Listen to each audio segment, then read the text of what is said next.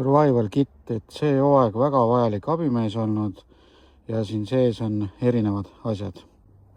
Seest on välja selline, kaasas on tal taskulamp, väga hea ja mugav.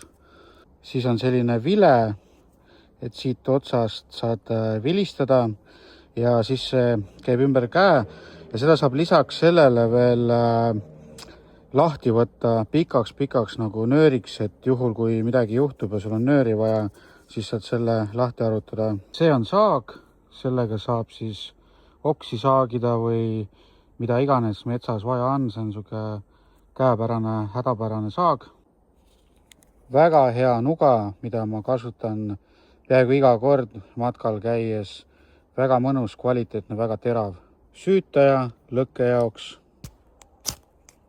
Asi, mida ma kasutan iga kord matkal olles. Teritaja, pastakas ja siin otsas on tal purustaja, et sellega saab akent katki lüüa ja ma ei tea, enesekaitseks ja kompass, seda läheb alati vaja, kui ära eksid.